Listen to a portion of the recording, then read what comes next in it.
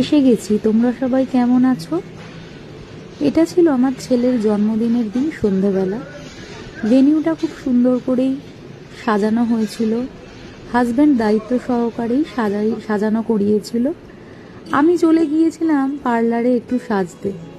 তারপর সেজেগুজে দুজন মিলে কেক নিয়ে ছেলেকে নিয়ে উপস্থিত হলাম ভেনিউতে। সেখানে ছেলের বন্ধু বান্ধব সকলে মিলে খুব সুন্দরভাবে কেক কাটিং করা হলো। কেক কাটিংয়ের সময়টায় খুব মজা হচ্ছিল। এই যে আমি, ঋতুস্মিতের পাপা, আমার মা, সবাই মিলে খুব সুন্দর সুন্দর ফটো তুলে নিচ্ছিলাম। ওরা হচ্ছে ঋতুস্মিতের বন্ধু আর বন্ধুদের মা। এরা সকলেই আমার বান্ধবী। তারপরে এলো পরিবারের লোকজন, ঋতুস্মিতের বাবার অফিসের লোকজন। এরপর শুরু হলো খাওয়া দাওয়া। সবাই বেশ খাবারটা এনজয় করছিল।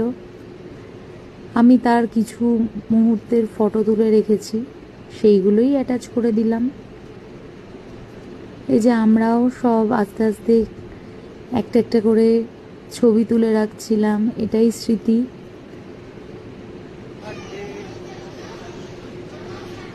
ঋতুস্মিতের বন্ধুরা তো বেশ মজা করছিল, ঋতুস্মিতও ওদের সাথে খেতে বসে পড়েছে।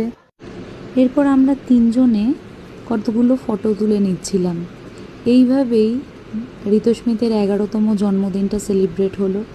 তোমরা সকলে ওকে আশীর্বাদ করো যেন ও একটা ভালো মানুষ হতে পারে।